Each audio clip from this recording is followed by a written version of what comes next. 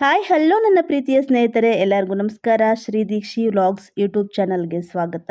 ಎಲ್ಲರೂ ಹೇಗಿದ್ದೀರಾ? ಎಲ್ಲರೂ ಚೆನ್ನಾಗಿದ್ದೀರಾ ಅಂತ ಭಾವಿಸ್ತಾ ಇದ್ದೀನಿ.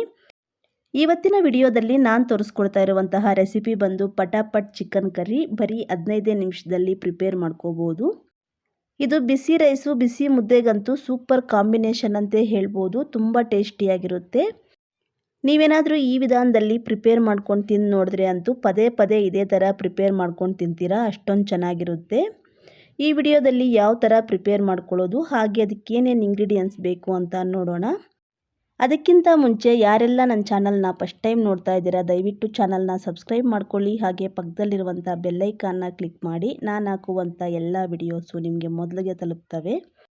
ಬನ್ನಿ ಇವಾಗ ಈ ಪಟಾಪಟ್ ಚಿಕನ್ ಕರಿ ಯಾವ ಥರ ಪ್ರಿಪೇರ್ ಮಾಡ್ಕೊಳ್ಳೋದು ಅಂತ ನೋಡೋಣ. ಫಸ್ಟಿಗೆ ಒಂದು ಮಿಕ್ಸರ್ ಜಾರ್ಗೆ ಕಟ್ ಮಾಡಿ ಇಟ್ಕೊಂಡಿರುವಂತಹ ಅರ್ಧ ಈರುಳ್ಳಿ, 10 ರಿಂದ 12 ಬೆಳ್ಳುಳ್ಳಿ ಎಸ್ಲು, 1/4 ಚಿಪ್ಪಷ್ಟು ಹಸಿ ಕೊಬ್ಬರಿ, 1.5 ಇಂಚಷ್ಟು ಶುಂಠಿ, ಸಣ್ಣಗೆ ಹಚ್ಚಿಟ್ಕೊಂಡಿರುವಂತಹ ಒಂದು ಟೊಮೆಟೊ, ಅರ್ಧ ಹಿಡಿಯಷ್ಟು ಕೊತ್ತಂಬರಿ, 4 ರಿಂದ 5 ಲವಂಗ, 1/4 ಇಂಚಷ್ಟು ಚಕ್ಕೆ, 1/4 ಟೀ ಸ್ಪೂನಷ್ಟು ಸೋಂಪು, 1/4 ಟೀ ಸ್ಪೂನ್ ಗಸಗಸೆ, ಅರ್ಧ ಟೀ ಸ್ಪೂನ್ ಕಾಳು ಮೆಣಸು, ಇಷ್ಟು ಸೇರಿಸ್ಕೊಂಡು ಸ್ವಲ್ಪ ವಾಟರ್ ಸೇರಿಸ್ಕೊಂಡು ಸ್ವಲ್ಪನೂ ತರಿ ಇಲ್ದಿರ ಸಾಫ್ಟಾಗಿ ಗ್ರೈಂಡ್ ಮಾಡ್ಕೊಳ್ಳಿ.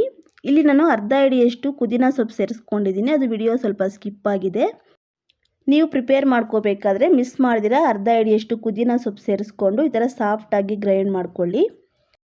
ಇವಾಗ ಸ್ಟವ್ ಆನ್ ಮಾಡಿಕೊಂಡು ಕುಕ್ಕರ್ ಇಟ್ಕೊಂಡು 2 ಟೇಬಲ್ ಸ್ಪೂನ್ ಅಡುಗೆ ಎಣ್ಣೆ ಸೇರಿಸ್ಕೊಂಡು ಅಡುಗೆ ಎಣ್ಣೆ ಬಿಸಿಯಾದಾಗ ಸಣ್ಣಗೆ ಹಚ್ಚಿಟ್ಕೊಂಡಿರುವಂತಹ ಅರ್ಧ ಈರುಳ್ಳಿ, ಸಣ್ಣಗೆ ಹಚ್ಚಿಟ್ಕೊಂಡಿರುವಂತಹ 4 ಹಸಿ ಮೆಣಸಿನಕಾಯಿ, ಸ್ವಲ್ಪ ಕರಿಬೇವು ಸೊಪ್ಪು ಸೇರಿಸ್ಕೊಂಡು ಗ್ಯಾಸ್ ಮೀಡಿಯಂ ಫ್ಲೇಮ್ನಲ್ಲಿ ಇಟ್ಕೊಂಡು 1.5 ರಿಂದ 2 ನಿಮಿಷ ಫ್ರೈ ಮಾಡ್ಕೊಳ್ಳೋಣ. ಈರುಳ್ಳಿ ಈ ಥರ ಕಲರ್ ಚೇಂಜ್ ಆಗಿ ಸ್ವಲ್ಪ ಗೋಲ್ಡನ್ ಬ್ರೌನ್ ಕಲರ್ ಬಂದಾಗ ಗ್ರೈಂಡ್ ಮಾಡಿ ಇಟ್ಕೊಂಡಿರುವಂತಹ ಮಸಾಲೆ ಸೇರಿಸ್ಕೊಂಡು ಅದೇ ಮಿಕ್ಸರ್ ಜಾರ್ಗೆ ಸ್ವಲ್ಪ ವಾಟರ್ ಸೇರಿಸ್ಕೊಂಡು ಆ ವಾಟರ್ ಸಮೇತ ಇದಕ್ಕೆ ಸೇರಿಸ್ಕೊಳ್ಳೋಣ. ಹಾಗೆ 1 ಟೀ ಸ್ಪೂನ್ ಧನಿಯಾ ಪುಡಿ, 1 ಟೀ ಸ್ಪೂನ್ ಅಚ್ಚ ಖಾರದ ಪುಡಿ, 1/4 ಟೀ ಸ್ಪೂನ್ ಅರಿಶಿನ, 1 ಟೀ ಸ್ಪೂನ್ ಚಿಕನ್ ಮಸಾಲ ಸೇರಿಸ್ಕೊಂಡು ಸ್ವಲ್ಪ ಸಾಲ್ಟ್ ಸೇರಿಸ್ಕೊಂಡು ಚೆನ್ನಾಗಿ ಮಿಕ್ಸ್ ಮಾಡಿಕೊಂಡು ಗ್ಯಾಸ್ ಮೀಡಿಯಂ ಫ್ಲೇಮ್ನಲ್ಲೇ ಇಟ್ಕೊಂಡು 4 ರಿಂದ 5 ನಿಮಿಷ ಮಸಾಲೆ ಚೆನ್ನಾಗಿ ಬಾಯ್ಲ್ಡ್ ಮಾಡ್ಕೊಳ್ಳೋಣ. ಮಸಾಲೆಯಲ್ಲಿರುವಂತಹ ಹಸಿ ಸ್ಮೆಲ್ಲೆಲ್ಲ ಹೋಗಬೇಕು, ಅಲ್ಲಿ ತನಕ ಬಾಯ್ಲ್ಡ್ ಮಾಡ್ಕೋಬೇಕು. ನೋಡಿ, 4 ರಿಂದ 5 ನಿಮಿಷ ಮಸಾಲೆ ಚೆನ್ನಾಗಿ ಬಾಯ್ಲ್ಡ್ ಆದಮೇಲೆ ಈ ಥರ ಕುದಿ ಬರ್ತಾ ಇರುತ್ತೆ. ಆ ಟೈಮಲ್ಲಿ ಇವಾಗ ನೀಟಾಗಿ ತೊಳೆದಿಟ್ಟಿರುವಂತಹ ಚಿಕನ್ ಸೇರಿಸ್ಕೊಂಡು ಸ್ವಲ್ಪ ವಾಟರ್ ಸೇರಿಸ್ಕೊಳ್ಳೋಣ. ವಾಟರ್ ಸೇರಿಸ್ಕೋಬೇಕಾದ್ರೆ ನೋಡ್ಕೊಂಡು ಸೇರಿಸ್ಕೊಳ್ಳಿ. ನಿಮಗೆ ಸಾಂಬಾರು ತಿಕ್ಕಾಗಬೇಕಾ ಅಥವಾ ತಿನ್ನಾಗಬೇಕಾ ಅಂತ ನೋಡ್ಕೊಂಡು ಸೇರಿಸ್ಕೊಳ್ಳಿ. ಹಾಗೆ ಇವಾಗ ಸ್ವಲ್ಪ ಸಾಲ್ಟ್ ಸೇರಿಸ್ಕೊಂಡು ಚೆನ್ನಾಗಿ ಮಿಕ್ಸ್ ಮಾಡ್ಕೊಳ್ಳೋಣ. ಸಾಲ್ಟ್ ಸೇರಿಸ್ಕೋಬೇಕಾದ್ರೂ ನೋಡ್ಕೊಂಡು ಸೇರಿಸ್ಕೋಬೇಕು. ಇದಕ್ಕೆ ನಾವು ಫಸ್ಟೇ ಸ್ವಲ್ಪ ಸಾಲ್ಟ್ ಸೇರಿಸ್ಕೊಂಡಿದ್ದೀವಲ್ಲ, ಅದರಿಂದ ನೋಡ್ಕೊಂಡು ಸೇರಿಸ್ಕೊಂಡು ಚೆನ್ನಾಗಿ ಮಿಕ್ಸ್ ಮಾಡ್ಕೋಬೇಕು. ಇವಾಗ ಇದಕ್ಕೆ ಉಪ್ಪು ಖಾರ ಮಸಾಲೆ ಎಲ್ಲ ಕರೆಕ್ಟಾಗಿದೆಯಾ ಇಲ್ವಾ ಅಂತ ನೋಡಿಕೊಂಡು ಏನಾದರೂ ಬೇಕಾದರೆ ಈ ಟೈಮಲ್ಲಿ ಸೇರಿಸ್ಕೊಂಡು ಕುಕ್ಕರ್ ಲಿಡ್ ಕ್ಲೋಸ್ ಮಾಡಿ 1-2 ವಿಸಿಲ್ ಕೂಗಿಸ್ಕೊಂಡು ಗ್ಯಾಸ್ ಆಫ್ ಮಾಡ್ಕೊಳ್ಳೋಣ.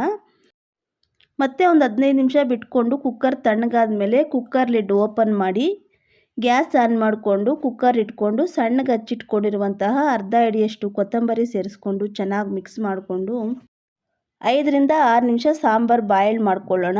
ನಾವು ಚಿಕನ್ ಕರಿ ಕುಕ್ಕರಲ್ಲಿ ಪ್ರಿಪೇರ್ ಮಾಡ್ಕೊಂಡಿದ್ದೀವಲ್ಲ, ಅದರಿಂದ ಚಿಕನ್ನಲ್ಲಿ ನೀರು ಬಿಟ್ಕೊಂಡು ಸಾಂಬಾರು ತೆಳ್ಳಗಿರುತ್ತೆ, ತಿನ್ನೋಕ್ಕೆ ಅಷ್ಟೊಂದು ಟೇಸ್ಟು ಚೆನ್ನಾಗಿರಲ್ಲ. ಅದರಿಂದ ಕುಕ್ಕರ್ ಲಿಡ್ ಓಪನ್ ಮಾಡಿ ಒಂದು 5 ನಿಮಿಷ ಈ ಥರ ಬಾಯ್ಲ್ಡ್ ಮಾಡಿಕೊಂಡ್ರೆ ಸಾಂಬಾರು ಥಿಕ್ನೆಸ್ ಬರುತ್ತೆ, ತಿನ್ನೋಕ್ಕೂ ಟೇಸ್ಟಿಯಾಗಿರುತ್ತೆ.